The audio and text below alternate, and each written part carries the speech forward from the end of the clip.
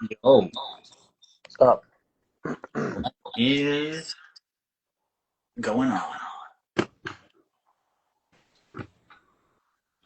All right. I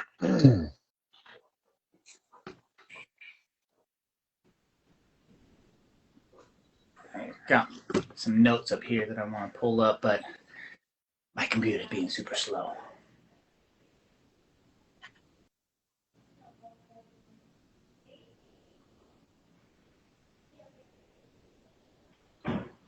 Like, extremely no battery. And so, let me give that a second to load up here.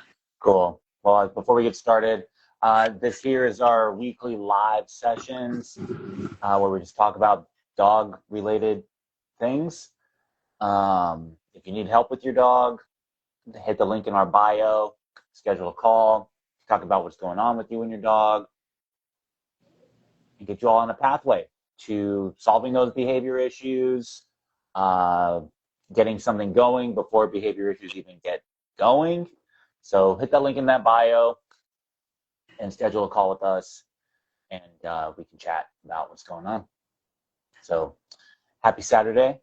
Uh, Again, this is our weekly live sessions. You can do a little Q&A in here, but we usually just talk about things that, maybe we notice when we're out and about, maybe working with client dogs, just, things related to dogs. And today we're going to be talking about responsible dog ownership. So, you know, we see a lot of things We working see with a lot of dogs, things. um, being out with dogs all the time. We see a lot. And, you know, I think sometimes when it comes to dogs, common sense might go out the window.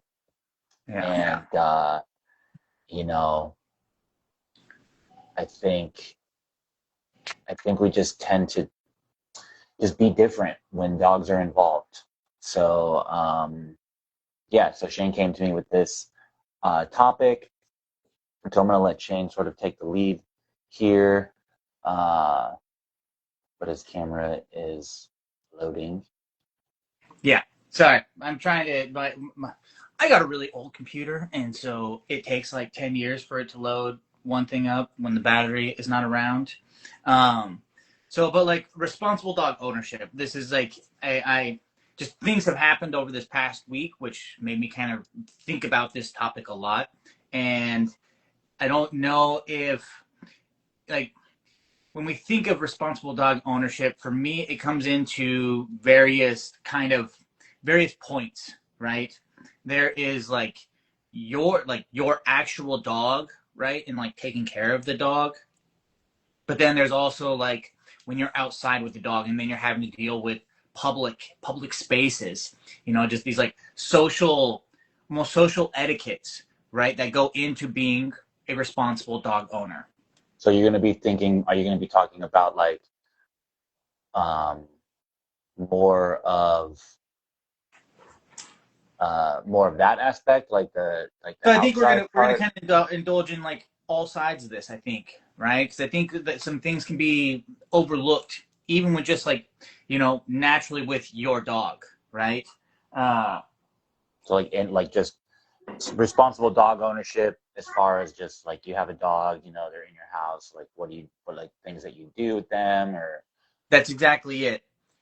So like first off, right? When I'm thinking of like responsible dog ownership, like right when it comes to like my my dog, um, I need to make sure like they are taken care of, right? So what does that come with, right? That's going to come with like nutrition. That's going to come with their needs being met, right? And then like what else can you like their health, right? And then like how can you best help them out, right? So if I'm man, this is just really just like slow. is Um it not plugged in or something? No, it is, man, but it's just like it just like, dude, there's like 5% battery, and so it just is like, it doesn't want to load up this list of talking points that I have here. And I'm going to send it to you. Do you have your computer handy? Uh-huh. One moment. Technical difficulties.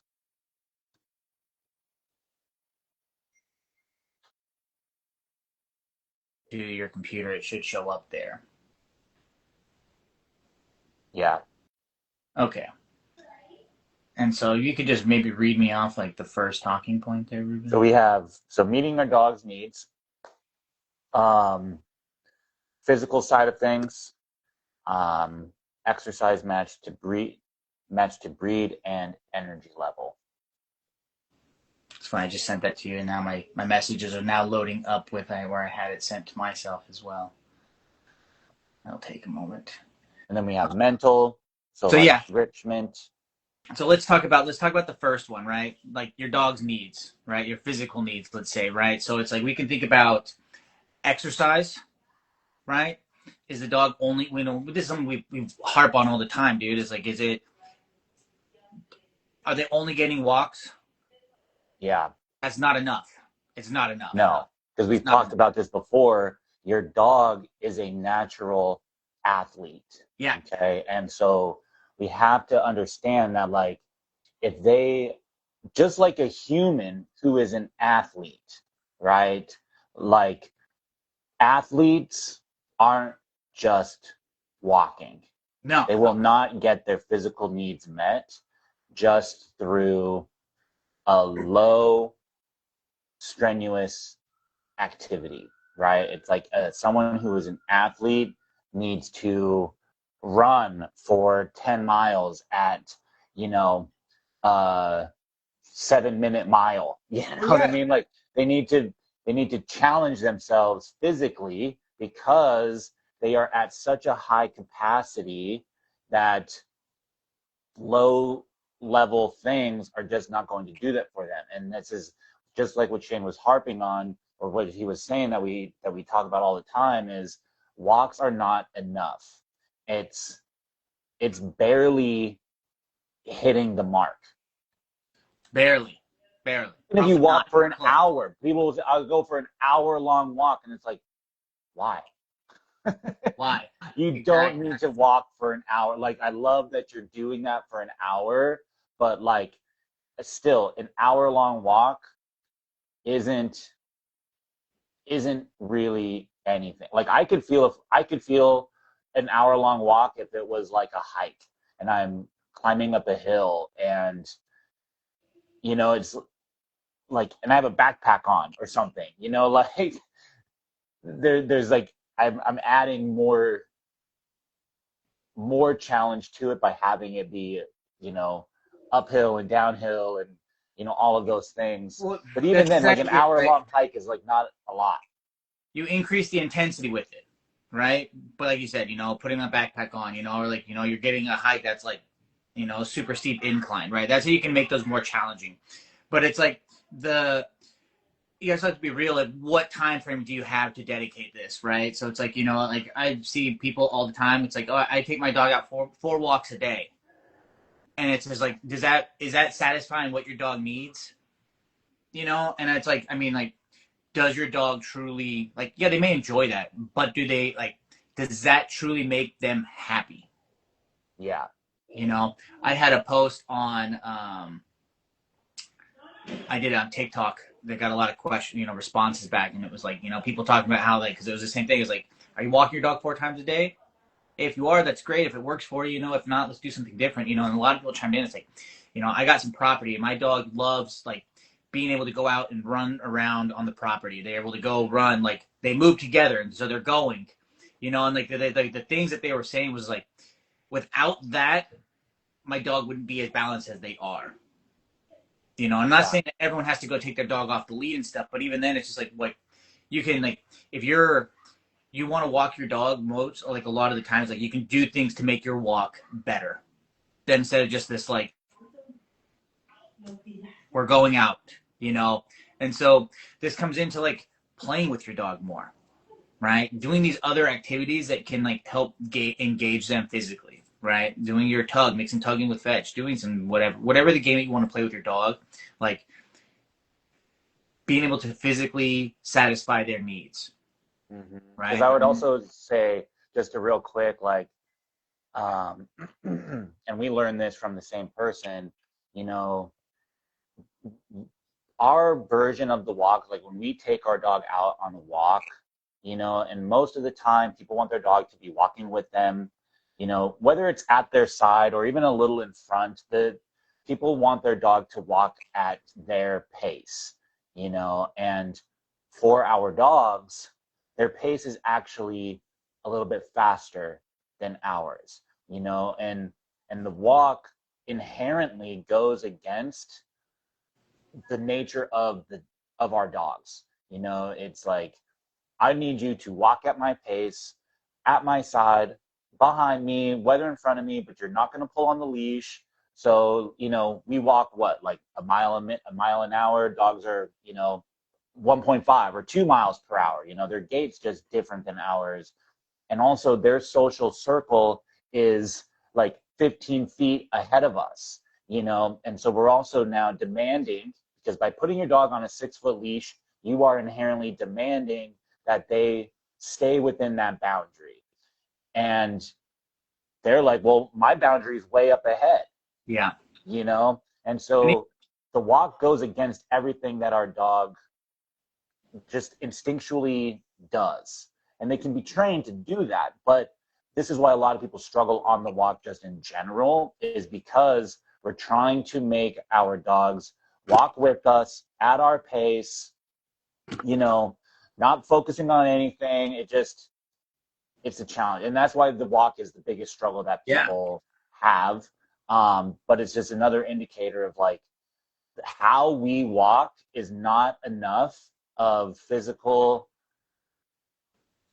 activity for our dogs. No. Now, if they're on a, you know, flexi lead and they can come and go and, you know, like that's different. And I do think that could be more biologically fulfilling, you know, Yeah. because they have that freedom to move. They could, you know, speed up, they can slow down. You know, it's just there's a lot more They can do more flexibility. with that, you know. So You to add know, into this, I think this kind of bleeds into the next point, right? So it's like, you know, you got to find what you can do with your dog physically, right? So yeah, getting them to be on like, yeah, a long line retractable walk, whatever you want to do like that. If you're good at, you know, managing a long leash, like great, do that, you know, or do the retract, whatever. But it's like, I think at the same time, that's the only thing that they're doing. Like we now, even with the play stuff, right? So it's like if your play is shit and they're just like, they just do whatever they want. Like we have to think about this other aspect now. We have to engage them mentally, right? And so this goes into the next piece, right? So it's not just about physical, but it's also about mental exercise as well, right? And so like this, like when you're playing your games, you have your rules, right? These things all go into like with like their impulse control. But then we can even think about with walking, right? So if you're going out on the walk and let's say you're using your retractable leash and whatnot, you can still ask your dog to, hey, I need you to be over here with me in this particular area, which is going to be challenging for you. But this is where it's just like, yeah, you know what? Like we're walking in this more structured fashion where I need you by my side with me. And then I can release you out to go do whatever you want again. Right? right. And that's again, that's going to start to get your dog thinking. It's also going to get your dog paying attention to you for when you need to call them in. They're going to have this little, their ears are going to be open to hearing you and your suggestions, right? Your command, whatever. And so mixing these things in, I think just like, you know, this isn't like, you know, you have to do like a whole bunch of like obedience stuff, but it's like just simply, hey, here, walk with me. Okay, you can go back out now. Okay, we're playing this game. You can't bite the toy right now. You can't go chase the ball right now until I tell you to go chase the toy, right? And it's just like, you know, these. When you think about the dog walking next to you, they have to practice a lot of different skills, right? They have to practice impulse control, right? They have to be focusing on you, your speed, your where you're at, your position, their position to you, right? And so it's like when you start getting these things in, the dog starts having to think, and then Yeah. okay, they can go back out and do whatever they want. but it's like, just the dog has to be off of autopilot in these particular moments. Yeah. And I was just thinking, like, you said focus on you. I was just Not thinking, focus like, on you, but they have to focus like with where you're and like where you are at. They have to be like, where are you? They can't just be like tuned out, and then yeah, I was just trying to think of like another word, like awareness, yeah, like awareness would probably be awareness a better word of for it. your position, awareness of your speed. Because Yeah. I think You don't need to have a sometimes, focused heel with the dog yeah, looking the at you. focus means like, oh, I need to get my dog to focus on me. And that sometimes I think can be misinterpreted as staring at us the whole Eyes on time. me. And Yeah. it's just like, no, it's just awareness of where we are in space together. So when Yeah. I slow down, does my dog slow down? Or do they Yep. just keep walking ahead? It's like, oh, they've slowed down. So I'm checking, I'm like, hey, where did they go? Yeah. That But would so be the many best way to dogs are describe it. Being aware.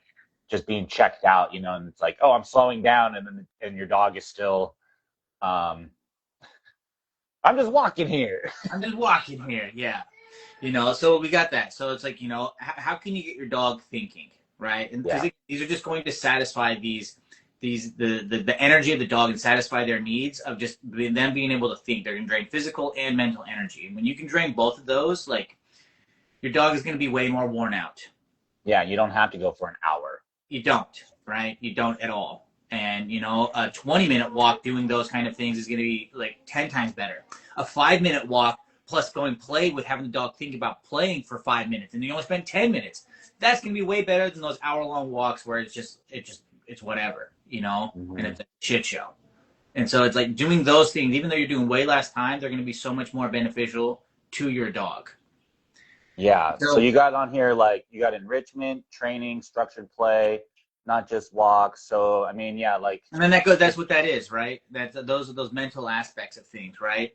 And so I mean, it's like even if you were to go, so like you don't have time for a walk, right? You could do some find it games, right? Put a piece of food down, hide a favorite toy, have your dog seek these things out. You do 5 reps where the dog actually has to seek this stuff out, like using its nose to find things. Like that is also just like, I mean, it's sniffing with the purpose. with this puppy that I have here, we'll go outside and walk for 5-10 minutes, like practicing the walk and stuff. Or I might even, it was pretty hot a couple of days, and so I was just walking around inside the apartment, um, going in and out of rooms and up and down, inside the living room. And then I just scatter fed Hank. Just put it on the floor, scatter it out. He spends 7 minutes, 7 to 10 minutes picking it Pick all up the up, food. and he's cooked. Yeah, because he's having to activate that nose, right? He's having to Hmm. the seeking feature of things, Yeah. and it's like makes you think of also, so it's like, I'll do the scent work with Polga where she has, showed her how like finding this smell of birch is valuable, you know, and so then when it's like when you're moving the food away from the food, but now you're searching just for the smell, and she's doing that. I mean, 10 minutes of her searching for the smell, and you do like 10 searches between like reorganizing your bins. It might be like 7-8 minutes, dude. She's dusted. Especially Yeah. when you start to spread out the search a little bit, then you start to hear her like really trying to take in the smell to find it. Like, I mean, it's mentally taxing for the dog. And if Yeah. the dog, I was just thinking, when I was going through my divorce, I was listening to this therapist, and he was talking about containers, and like, in order for us to have fulfilled lives, we need to have full containers, and what he asked, like, this question was like, what containers in your life need repair? It's like the work container, do you like your job? Whatever, your social container. Do you have friends? Do you like your friends? Your hobbies and interests container. Um, so he was talking about containers. And then I was talking with another client about that concept as well. And then I think here's would be my challenge for those of you who are watching this.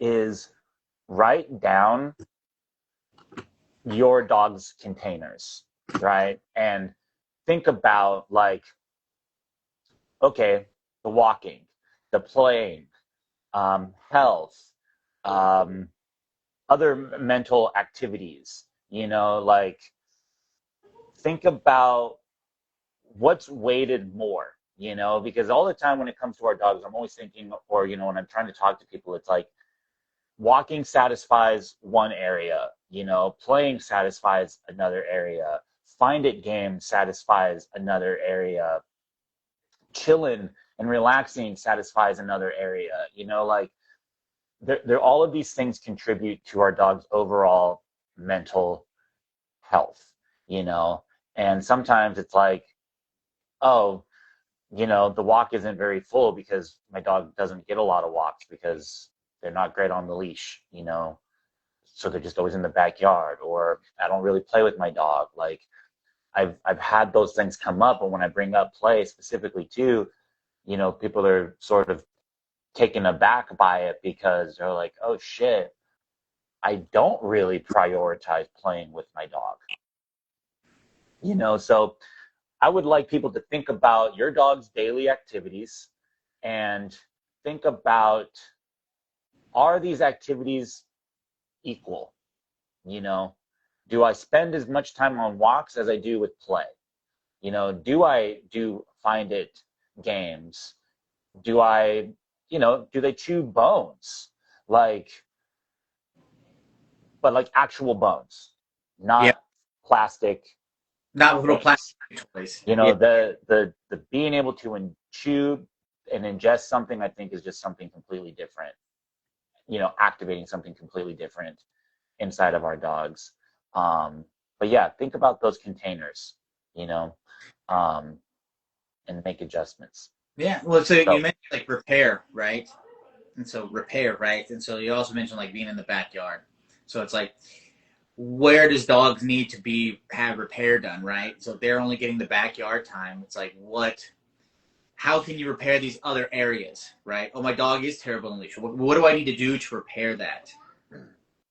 Right? It means you got to do some training so your dog can learn how to do that. Oh, my dog is anxious. What do you need to do to help your dog's anxiety?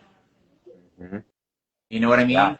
And so we need to like, are we checking all these boxes? Because when all these boxes get checked, it's like your dog's overall well-being is going to just change drastically. I can't tell you how many times we have like a board and train come in and they're just like, and then a week into it, they're getting these outside time. They're practicing on the leash. They're practicing playing. They're doing all of these things. They're working for their food. They're like, scatter feeding. They're practicing chilling. And then you start to see that mouth just like stop being like, and their eyes soften instead of like bulging out of their head. And then they're like, wow, like you don't just like pant all the time anymore. You actually just like you look relaxed and not stressed. yeah, And so it's like, yeah, you got to check all these boxes. So the last little piece about meeting these dog needs now. So it's like, so I mean, vet care is kind of again. I think generally everyone is pretty good about taking their dogs to the vet. yeah, Right? I don't think that's totally. necessarily an issue, right? But what do we think? When I see dogs, what I think is probably the most biggest issues with like their health wise is going to be nutrition and grooming, right? Nutrition and grooming.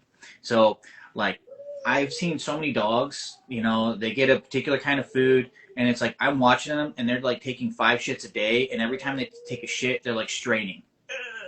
And they have horrible looking poops. And it's like, okay, maybe your dog needs a different kind of food because something's wrong with their gut. Hmm. Like these are things. And it's like, yes, that food maybe it's just what you've been buying, so you've been doing that. Maybe you don't want to take the time to look for a different food, but you're going to have to do that for the dog's well-being. Might try be taking these different foods, and it takes you 6-7 months to find a good food for your dog. But like seeing your dog struggle to go to the bathroom every time, or they just look it's uncomfortable when they go to the bathroom, and like your dog should not be pooping 5 times a day. Yeah, and it's more. It can be definitely more expensive, but me and Shane both are huge proponents of a raw fed diet. It was a game changer when we put our dogs on a raw diet.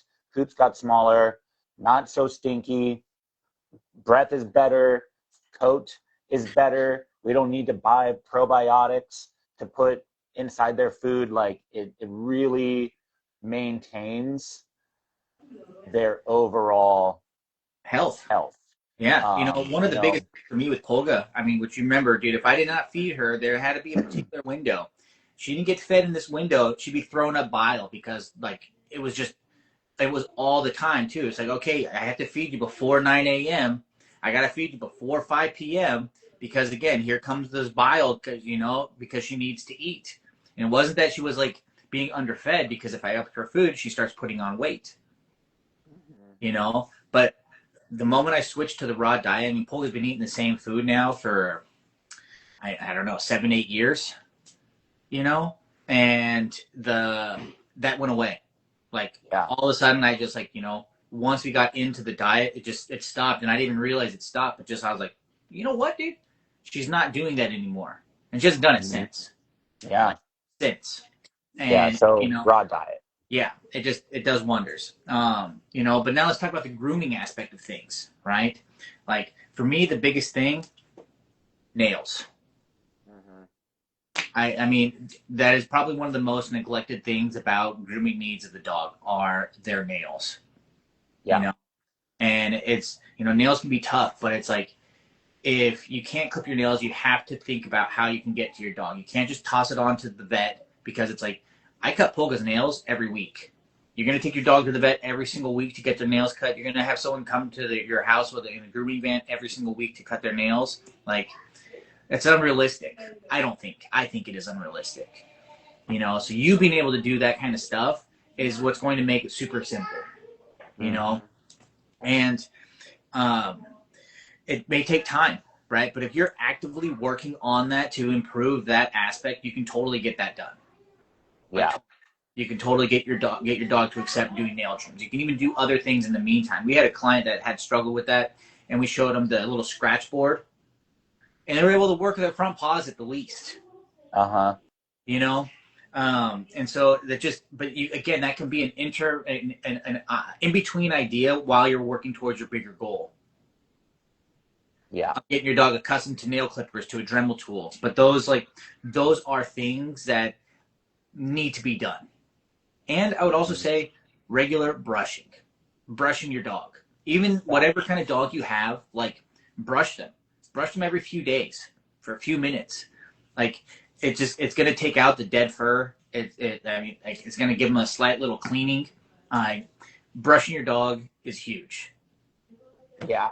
I saw this guy. He had a groomer on the internet, and dude, the amount of dogs that would come to him that was like they looked like family pets. Like how terrible their fur was, matted and all this kind of shit. Like it was unbelievable. And I was like, where does this dog live in the shed? Yeah.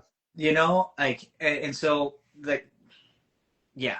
And I guess I want to touch on another point with this stuff as well. Let's talk about weight, Oh right? yeah.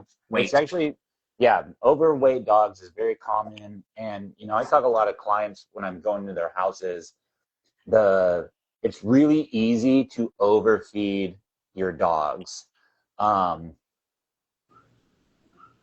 the back of the bag, because there's recommendations on the back of the bag, and it's not super clear because it's always a weight range. It's like 40 to 50 pounds. You get like, Two so it's cups. like it's a guess. You know what I Yeah. mean? But you know, like Shane was saying, we did a lot of boarding trains and stuff, and just with a lot of dogs, it was very, very common that the the amount of food recommended on the back of the bag was at least a quarter cup to a half a cup too much of food for those dogs, and so they would almost always um, get cut down because they just wouldn't eat. They wouldn't finish their food, and that's a very clear indicator that your dog is satiated. They're like, cool, I've eaten my fill, and now there's a half a cup left over. And when you see that over a period of a few days, you're like, okay, yeah, that's You're probably eating too too much much food, food. you Yeah. know? But people will insist that it's like, no, like The bag says here's this amount. bag says this. And, But something to keep in mind is like those dog food companies, most of them are owned by large corporations, and it's in their best interest for you to buy more food. Yeah. So if And your it was dog is one of getting the things 2 cups a day, 4 cups a day, um, you're going to be buying more bags of food more frequently, right? So like, it's like what's also that bag when when you think about your like how much your dog needs is like it says like this is based on a dog that gets 2 hours of exercise a day. Like what is that 2 hours of exercise? a walk, A calories walk. in is calories out. Exactly, right? So it's just like what kind of exercise are we talking about? Like and every dog is different, and so it's like you can't just you can't follow the back of the bag, you know. Even when I switched Polka to the raw food, I went with their things, and like Polka put on weight. I remember like looking at her. She would sit down one day, and I was like, "You got a little bit of like what are they? It's coming over the sides of your legs. Your belly's like flowing up to the side." I was like, "That's new." And I was like, weighed her, and it was like, "Wow, you're actually put on like 4 pounds." Yeah. And so we had to then adjust the food, and bring her back down. And even just like recently, I thought Polka needed to get a little bit more food, and the vet was like, "Oh, she looks great." However, I would say she needs to lose like a pound.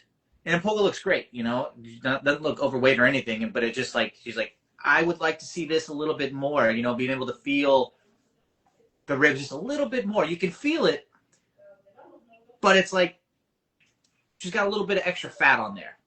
Yeah, a lot of people don't know, but a good indicator of what your dog's like sides should feel like is like the back of your hand. If your knuckles, your dog is too skinny.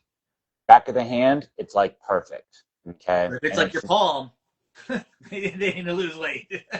yeah, And they should have like a also, so it's like they should have a tuck, right? If you look at it from the side, they should have a tuck, and if you look at it from the top, they should look like an hourglass. yeah. Those would be some things to look at. So if you look at that, you look at tuck from the side, hourglass from the top, and then you can feel like the back of your hand. You can feel the bones on the back of your hand. You should be able to feel that there on the ribs. Because even just a little bit overweight is really detrimental to your dog's Yeah. health. Yep. So yeah, nutrition. So it's like, yeah, what you're feeding your dog, what is like, how does it do with their bowels, just their digestive system, their weight, and then grooming needs. Yeah. Those like those are like the things that we need to think about with just the dog's needs Oh, one uh, place. on their own, right? And so, like I think this is kind of a good time to kind of mention this, right?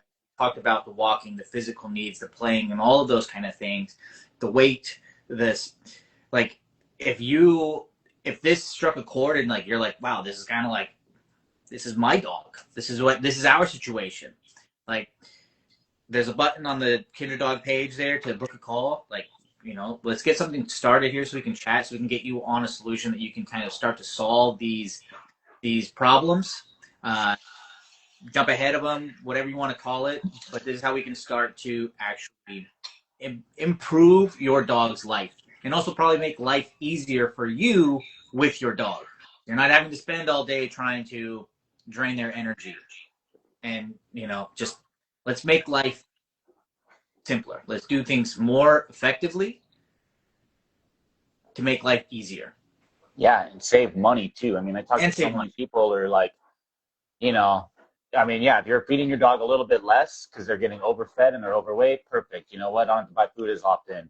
Or, oh my gosh, I feel like my dog needs so much physical activity, so I send them to daycare, 3, 4 days a week. That's what, a couple $100 a month. Like your dog doesn't need all that. They don't. And oftentimes people are just astonished at like your dog does need things, but oftentimes they don't need as much as you think they do, and not that those things are bad. It's just like you don't have to do them as often. I used to ride Lucy on a bike not all the time, but like on the weekend, I'd like take her on a run, on the bike. But during the rest of the week, it was like, we're going to be playing tug. We're going to be doing these little walks, these little brain games. It's, um, they don't require that much. Yeah. You know, it's not everyone who likes to ride bikes. They're not able to do it every single day. Probably Yeah. get on the weekend warriors. You know what I mean?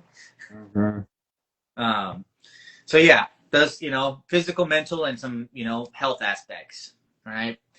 So the next piece, right? So now let's kind of get into the public side of things. So it's not just about you and your dog. Now we just need to start thinking about the public space of things, right? And I think this is probably the most, because it deals with more people than you, right? When you're thinking about just like your dog's needs, that's you and your dog. It affects two people, two beings, you and your dog. When you go out into the public space of things, that now affects. Oh, my microphone died. One sec. I think mine might have died or it wasn't on. Oh, it did die.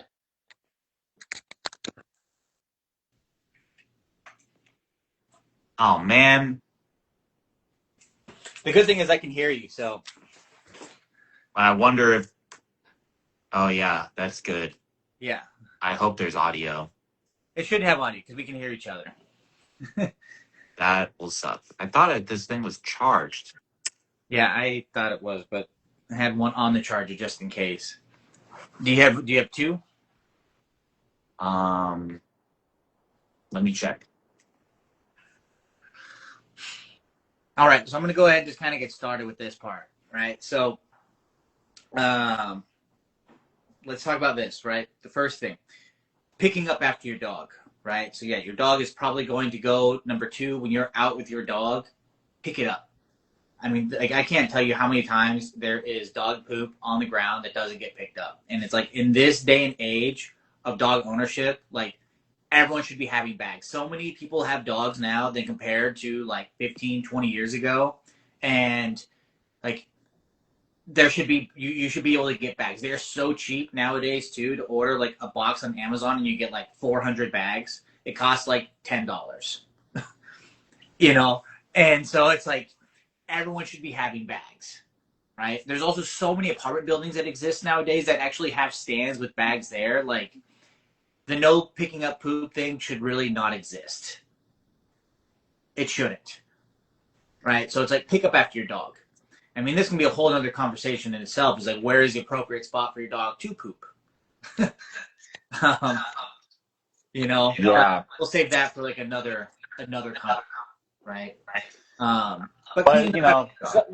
another thing, too, I know none of the people who are watching this leave their dogs poop. But, I also can sympathize that maybe you did have bags and your dog took more shits than you anticipated, and now you're like, oh crap, I have to leave it. But still means you should go pick it up because I have Go done pick it that. up. I have reopened a bag up to pick up more poop. Yes, 100%. And I also I hate those freaking little leash bag holder things. I feel it becomes a nuisance on the leash. So I leave my house every time. I make sure I have 4 bags with me. There's a roll that I have next to the front door. I snag bags. I check my pocket. I got 4 bags. Why do I have 4 bags? Well, I know Polka's at least going to poop twice when we go out on our first outing. Sometimes there's a third one, but then she's done for the rest of the day. But it's just like I always have bags, and even just then after that, when we go out again, I just make sure I have bags. I don't know what's going to happen, right? And I am more on the mindset it's better to have them than not need them. Yeah. Right? So picking up after our dogs. And now like this next piece here, so it's like appropriate spots for our dogs. Yes, dogs are welcome in a lot of places nowadays, right? But I think it's best to think about, is your dog ready for these particular scenarios, right? Oh, you want to take your dog to the patio? That's cool. Take your dog to the patio. Is your dog good at being at the patio, though? Yeah. Right? Is it going to be barking the whole time? Is it going to be pulling towards other people and other dogs? Like, is it going to be like a pain in the ass for all the other people there?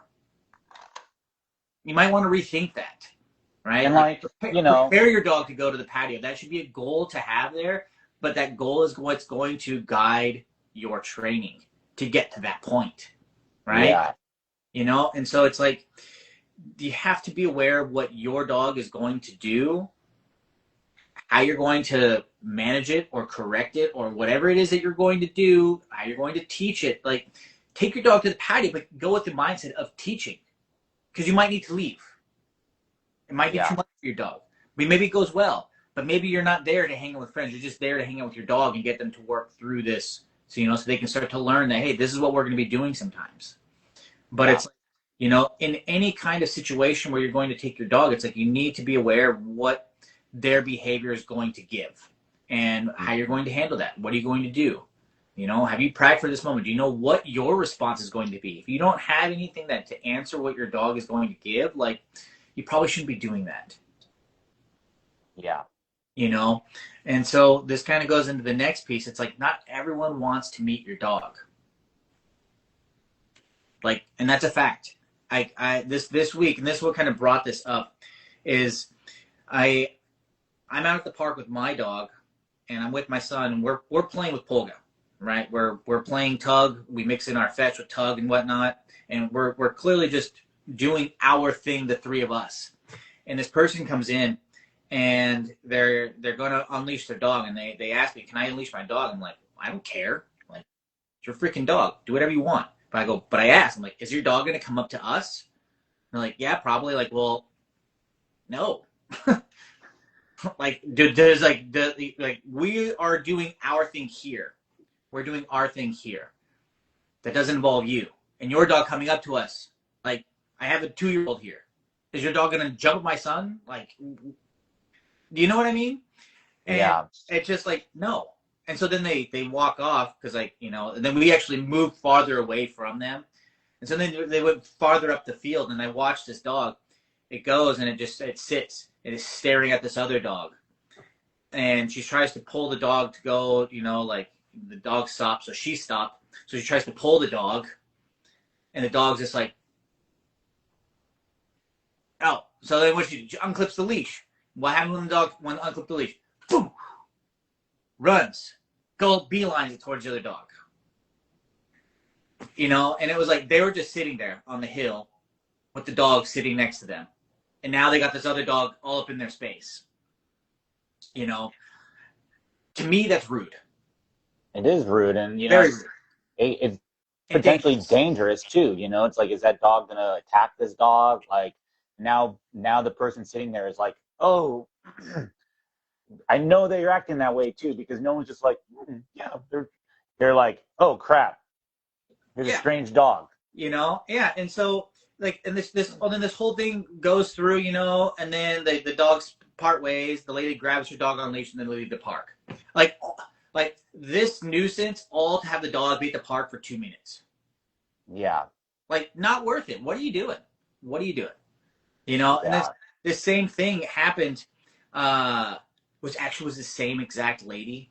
She did the same thing, and this time it was again, it actually came up to us.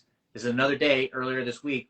But then there's other people that are clearly away from everything, and they're working with their dog, like feeding the food, trying to like do some kind of training. And then all of a sudden that dog comes right into their space. Their dog starts losing its shit, barking at this dog. And then, oh, he's friendly. He's not aggressive. It doesn't matter. That's rude. They did not want your dog over there. Yesterday we had the same kind of thing. This little dog comes right up to us. There's this other lady with this big dog. She's trying to play with it. And you can clearly tell she's having a hard time just controlling her big dog. Look like a big young dog. And this dog, what's it do? It runs over there. And then like a little scuffle breaks out between the dogs. Then the lady left the park because these other yeah, people couldn't do it. And this dog did this multiple times. And then they come back, try to grab the dog, but they never once put it back on the leash. They brought it back and then it went back. They brought it back and it went back. They brought it back, went back. And so this kind of goes into the next thing, right? It's like, know your dog's patterns. if your dog is going to do X, Y, and Z, and like they have repeatedly done X, Y, and Z, they're going to keep doing X, Y, and Z. Yeah. So you need to block that behavior. How do you block that behavior? Put them on leash. You're not going to go run over those people. You're not going to run over to that dog. It's not the time for this right now. These are great Yeah. moments to do some training. Yeah. Teaching rules and boundaries, you know. I was just thinking about, so yeah, like the dog just like running up to people, you know, it's, yeah, I was just thinking like, okay, we love to humanize our dogs in certain contexts, you know, like I had a post one time, you know, it's just, yeah, we humanize dogs when it's convenient, and then we turn, you know, and then we like, you know, keep them as dogs when it's inconvenient, you know. And I was just thinking like the dog just like running up to these people who like don't, you know, we're like, I'm not interested in being around other dogs right now, you know, we're in our own little spot, you know. Um, would literally be like the equivalent if you walked into the park with Marcelo, your 2-year-old, right? Because dogs generally, you know, I think the consensus is like, you know, dogs are basically like 2-year-olds, right? It's Lifelong like 2-year-olds. lifelong 2-year-olds, right? Um, that would be like the equivalent of you taking Marcelo to the park, you know, and just being like, okay, you know, you guys walk in holding hands, and then you just like, okay, just go do whatever you want, and Marcelo just starts like running up to people who are like having a picnic, you know, All over their start blankets, their starts, you food. know, yeah, starts rummaging through their baskets, you know what I mean, and like just being a kid, and you're up there, oh, I'm so sorry, he's, you know, he's really He's super nice, friendly. he's just a 2-year-old, you know, like he's you know, he's friendly, you know, he just wants some of your snacks, just want to see what you're up to, right? It's just, it's rude. It's rude. It's It's 100% rude. rude. And you know, the people who are at the picnic, they might love kids, but doesn't mean they want your kid rummaging through their snacks right now. Yeah. You know, um, It's interesting. And it's interesting that people think that that's okay with their dogs. yeah, because it's like just because you have a dog and I have a dog doesn't mean they need to meet. Yeah. I saw this. I followed. So you know, I mentioned the nose training course, the sound work, and this person that had this course that I got this course from, and she had a post. You know, she was like at the park, and she's like, this is like what's the word I'm looking for? Something that happens but doesn't happen frequently, but it's like the best case scenario, like an anomaly, I guess. Um, but she was at a park. She's like, this is like something that never happens. I'm at the park right now, and there is like 5 other dogs here, and everyone is in their own little portion of the park doing something with their dog. No one's dogs is getting into other dogs' space. They're just everyone's doing their own thing with their dog, and we're all coexisting in this spot. You know, and it's like that is the ideal scenario. Like, yeah, you can go do what you want with your dog. You can go do one with your dog. You're over here, and I'm over here. We can all share this space, but we're all being respectful of each other's things in space and how we're all doing all this stuff. Like, that's how it should be. But I don't know where Yeah, this idea came from, where it's just like, hey, you know what? Let's just all congregate and then let the dogs just kind of like mash. And we have no idea who unwanted. each other are or anything like that. But like, Yeah, let's get all the dogs to play here, and all of a sudden, let's get them all to play. We're just gonna stand back and watch, and they're just gonna play. Like I don't know where that idea came from. I saw this thing one time. I don't know why it came to me in the mail, but it was a brochure for like things that get sold for apartments, right? Signage, you know, places that have dog parks, right? And in this brochure, it was like dog park items, and it was like a whole freaking agility course. And I was like, that's so interesting. It's so interesting. And it was like when you go to a dog park, like what do they have there? Nothing. It's yeah, just open space for people to stand around and let dogs just go into a dog pile. Like that's it. Chase each other around, right? yeah. And in this thing, you know, it had these items that, like, again, like an agility, right? And there was various people guiding their dogs, like working them through this agility course. And I was like, this is so funny because this is like what it should be. You go to this space to take advantage of the space to do things with your dog in a safe manner, to like, you are interacting with your dog in this space doing something. Yeah. But that is clearly not what happens. It's the exact opposite. Yeah. And I thought that was so funny, you know, and just like, I mean, how much better would a dog park be if that's what it were like when you went to a dog park? Yeah. That people, oh yeah, I just want to take advantage of the off leash space to let my dog off the lead, but you know, your dog's probably gonna get jumped when you go to that. You know what I mean? Yeah. And it's like how much better would it be if you would go somewhere and then like that the dogs are just, yeah, there are people interacting with their own dogs. Yeah, there might be moments where they cross paths and they sniff each other. Okay, but hey, come on, buddy, let's go.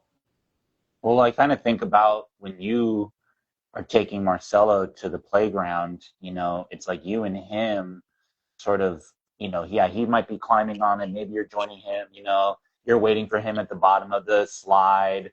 You're like, you and him are connected. You're pushing him on the swing and stuff like that. And obviously, there's going to be moments when he's like with another toddler, you know, they might cross paths, they might, you know, climb on the gym together, you know, but like, but it's going to be short lived too, probably, it's like, oh yeah, So we've done it a couple times. And, now I'm like what's back to with interesting dad. about this, right? So like right now at his age, that's what it's like, right? As a 2 year old, that's what it's like. As I what I've noticed just, you know, by other parents at the park and stuff, when I see kids get older, the parents' role in like going out there doing stuff with their kids in the playground goes down, right? That's where they just become sitting down watching while the kids do whatever, right? So when they're younger and they need this more guidance, that's where this kind of happens. But as the kids become more independent, that fades away, right? Now when you literally just mentioned this, right? Where I just, the dog is like a lifelong toddler, lifelong 2 year old. Let's go with a smart breed. It's kind of the three, right? They're not very independent, Hmm. but yet we give that dog like, yeah, just go fuck around with these other dogs. And then where are you? You're just in the background. Your background noise. Yeah. And you're like, chance, chance, chance here, chance here. You know, today, like I watched dogs today, dude. Just when I was out, when we took Polka out, freaking this guy's dogs, dude. They ran out into the road. They crossed the street and started following some guy down the road. And he's calling them back. You know, it took 6 times for them to call him back, and the dogs came back finally. Yeah. I It, also want to mention, so we are in here, so we only got a few minutes left, but like knowing your dog's patterns and stuff like that, like, um, I think the other thing too, and this might just be for like people as well, like you might even have a dog with you, but I don't trust other people's dogs. Dogs can be unpredictable. And I was actually out with Lucy yesterday. We were on one side of the street and there was a postman on the other side of the street, and this person was walking up with their dogs. Their dogs were on a flexi. So that mean I only mention that because the dogs were way out in front. They're just the flexi is not the problem. It's just the dogs were 15 feet ahead of this person, you know, and the postman is walking past the dogs, and one of the dogs bit the postman on the leg because the postal worker was just walking down the sidewalk. You know what I mean? They're like dogs. It didn't cross their mind to create space, bubble out into the street. They're just, oh yeah, I know a dog. I'm just walking past the dog. You know, and it sucks, but even that can be dangerous. It was like the dogs first were like kind of smelling and then got aggressive. and the postal worker got startled, you know, um, and the person didn't even do anything. Like it was actually a really bizarre interaction. But I always bubble out when I'm walking past someone's dog. I always bubble out, like it For that reason. For for that reason. that reason, you know. Can And you too many trust a times, stranger to actually have control over their dog? No. yeah, No, you yeah. can't. Because how many times have you been burned? Yeah, and maybe none, but you know, it's something that will happen. You know, it's the possibility of that happening is huge. I mean, when I walk Lucy past people, I move her to my opposite side, not thinking that she's going to bite somebody, but I'm giving them sort of I'm respecting their space and being like, you don't have to walk next to my dog. Yeah, exactly. Because you don't know if they like dogs or not. How do dogs make them feel? Exactly. You know, it's a respect thing that I'm like, hey, I'm just moving my dog to this side, you know, and we could just walk past each other. But yeah, I don't trust other people's dogs. No, because again, dude, the dog is an animal. It's an animal, and we choose to have these animals live in our homes, right? These dogs are capable of doing damage. Yeah, You know, just like any animal. all size dogs can do damage, Mm-hmm. and it's like not everyone has this type of animal living with them. Not everyone is comfortable with this type of animal. You have to respect people, right? Like it's the way it is. Like you have to. You're going out in public. You have to respect other people in public and not assume that your dog is just this greatest thing in the world and it's just going to go be best friends with everybody. And and I think that's just one of the biggest mistakes. It goes back to that thing you were saying. People humanize their dogs, and then they go back to dogs when they are inconvenient. You know, and just like this person, right? It's like, you know what? Here comes the postman. Guess what? You should call your dogs in, shorten that leash up. Mm-hmm. Let Instead the of dog just like, pass by. no, Move out just to the walk side so away. the postman can walk by. But again, it's like, like I actually saw this thing, actually came in the mail. It was about dog bite prevention awareness for postal workers. There were last year in 2025, bites were down to like 6,000 bites that year, postal workers. 6,000 bites. It was like 5,991 or something like that. It was down, but there was still almost 6,000 bites. Yeah, I was on a phone call and this person was talking about how their dog, they don't get mail anymore because their dog has chased the postman away. A little tiny, tiny dog, 15 pounds. But they don't get mail anymore. And that can happen. If it's yeah, not they safe got for to go pick postman, up their mail. yeah, if it is not safe for your postman to drop off mail, like you will have to go pick up your mail. Yeah, which is annoying. Like, are you kidding me? That would suck to have to go to the post office to go get your mail. Yeah, You know, you oh, know, I'm gonna go get mail every 4 days now. but that's like, and again, it's just like if your dog does X, Y, and Z, you need to figure out how you can manage these behaviors or resolve them. That's by We got a contacting a quick professional. got a quick question here. How do I get my dog to stop barking and lunging at cars while on walks? Um, you might need to change up your tools. You know, think about if you're walking your dog on a harness, it's going to be really hard. You might have to like create a little bit more space with your dog, and then get them in the position where, like, hey, they look at the car, you call them off, you give them some food. You know, this is where charging the good and the yes marker. Your dog having a very good understanding of markers is going to be incredibly helpful with this. If you don't know what markers are, go to our YouTube page. We have a video called Charging the Good and the Yes Markers. It'll explain all of that. But realistically, it would be first, stop Stop walking your walking. dog around cars because they're not ready for that challenge yet. And first start just walking, getting I would have I'm not going to assume what your walk looks like with low distractions, but get your dog walking well with you under no distraction and start to just, incrementally move closer to cars on a walk. We had this conversation of the day, right? And it was like, I'm actually going to just remove this idea. Remove the concept of actually walking. Go outside on a leash and essentially train. It's going to include walking around, but you're not focusing on the walk. right? Yeah. And so it's like, again, low distraction where your dog can be successful. You can practice these skills that Arun was talking about of building up your markers, right? Building engagement up with you, right? Can the dog stay engaged with you when you pass by a trash can or someone walks by, right? Yeah. Incrementally adding up what this is like, right? You can be 20 feet away, and what happens when that person passes by?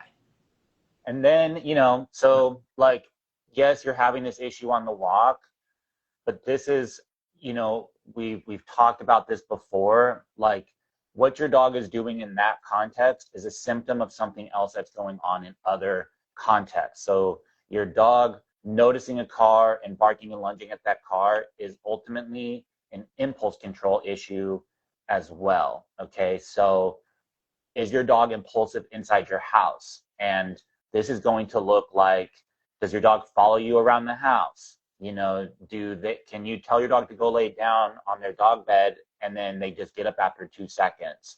Or you tell them to go lay down, you leave the room and they follow you into that room. Like, all of that is inherently impulsive behavior.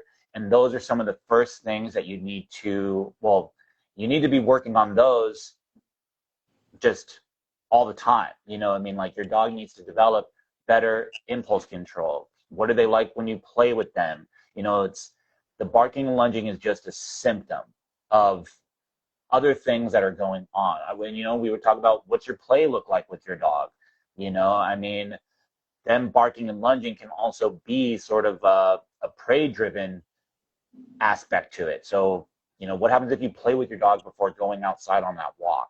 Like, or go out, you said you live in an apartment complex, so go out into the front, into the parking lot, and can you play with your dog? If the answer is no, that would be one of the first things I work on, is that skill. Like, forget the walk. We just spent an hour talking about the walk doesn't do shit for your dog. It's just an activity, and It should be I used to somewhat be with all other about the activity. walk, but nowadays, and this sounds crazy, but like, you don't have to walk your dog. Like, you can literally just go outside, they take a piss, they take a shit, you walk up and down the block for 5 minutes, and then, like, that's good. And then you Yeah, can go play with them, play with them. or do something else with them. It's the walk is so overrated and so just, it's There was a oversaturated. period of time where I wouldn't walk. She would get maybe 2 walks a week, but we played for like 30 minutes every single day. Yeah. So, Manny, this is too complex of an issue. Like, there's a lot of moving parts that need to be taken into consideration with this. It's not just, oh, do this thing on the walk and your dog will stop doing that Yeah, stuff. Because, like, some trainers might, you could correct the dog, but just your address the dog, underlying issue. yeah, it's your dog has probably got some other things We had missing. a dog come in, Ruben. I don't know if you remember him. He was like a mini Aussie mix of Yeah, something. Oso, Huh? who also No, would no, it bark wasn't and him. lunge at cars. He came in a few. I can't remember his name, but look, he was like some sort of Aussie, and that was one of the things that he did. He didn't like, he would get reactive to like men mostly. I remember the client saying, but he would also bark and lunge at cars, and the dog was highly impulsive. Um, very very impulsive, just on in every aspect you could think of. And so obviously when you would go out on the leash, you see the car go by, that it would just automatic poof, throw himself out at the cars. Mm-hmm. And I remember that was not particularly addressed, but we addressed all of the other moments in training, right? So it came down to like, working just his obedience, his duration with his obedience, playing with him and building up the rules and stuff in that when we started to actually go out and practice walking on the leash and getting to those kind of moments, like the car thing became a non-issue Mm-hmm. because it Yeah, like just resolved itself through the other areas of training, right? And all yeah. the other areas of skill building. And so when you Mm-hmm. can address those things, a lot of the times those problematic behaviors can fall off, or your training can give you leverage to address those kind of things, right? So it's like, yeah, if you can do all of those other aspects, and then maybe, yeah, it is like a correction for your dog for barking or lunging at the car, but they understand why that is happening and like what was being like needed in that particular moment, Mm-hmm. right? If your dog has no understanding of anything and you're just like, hey, don't do that, they'd be like, well, why? Like that might not be enough clarity for them, and they're just going to keep doing it for the next one, the next one, the next one, the next one. Exactly. And, that like fits into, if your dog doesn't really have to listen to you inside the house when things don't matter, we can't expect them to listen to us in those areas that matter, right? Like you're essentially saying, like, I'm demanding that you don't bark and lunge at cars. So I need you to listen to me here. But in every other aspect of our time together, it doesn't matter if you listen to me, So it's like you can't you can't just come in barking rules at your dog when you don't have rules Yeah. set up, And I would also go check out our webpage. We have a transformation video on there with the little dog Oso, and you can see clips of him on a walk with his owner barking and lunging and wigging out at cars. And just like Shane was saying, this was another dog that wasn't specifically addressed. It was like, we need to get this dog more relaxed in just a holistic sense. And there's clips in that transformation of us sitting in front of our shop on division with cars driving by, and he's chilling out. He's laying down on the ground. Yeah. So Yeah. More again, the barking context and with what's lunging going is on to be helpful, a but symptom. Book a call. Hit the link in our bio and book a call with us. You need training. Like, it's the only way this is going to work is like, we need to see what's going on with your dog, where there might be gaps. And it's kinderddogpdx.com. If you click the link, it'll take you to the scheduling page yeah, to if you click schedule a the link in the call. bio of on the But then, Kindle. you can just navigate, um, through that, whatchamacallit, you can navigate the website through that scheduling link, hit the home button or whatnot. But yeah, go check out the YouTube page. There's a bunch of free training videos there. Lots of free resources, but that requires just a lot more trial and error. So yeah, book a call. Look forward to hearing from you. But also, thanks for the question, and thanks for Tuning in. tuning in on this live. We do these every Saturday at 11 a.m. So we're a little over time. I think this was a really good conversation. If you want to keep the conversation going, throw some comments in. You can. We'll replay this. It'll be on Instagram. It'll be on YouTube. Yeah, chime in. Maybe you got something else to offer. Yeah. And But so like this person just asked a question about this, right? So again, like if any of these kind of things, you're like, well, you know what? Like this kind of sounds like my dog. There is that link on the Kinder Dog page on Instagram. There's a link on the bio there. There's a link to schedule a call. We offer services to help you out with your dog. In-person training. If you want to do DIY, you can check out our Calm and Connected online course.